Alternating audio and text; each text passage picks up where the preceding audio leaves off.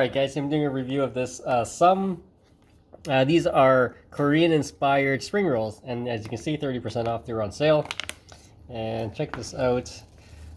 Let's look at the back. If you guys want to read this, pause the video. And there's the Nutri panel. I'm going to cook it up in the air fryer and I'll be right back, guys. Stay tuned.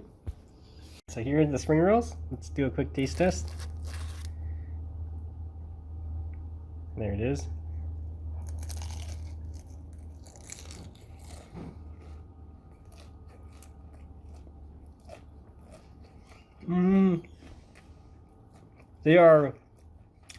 They're not spicy.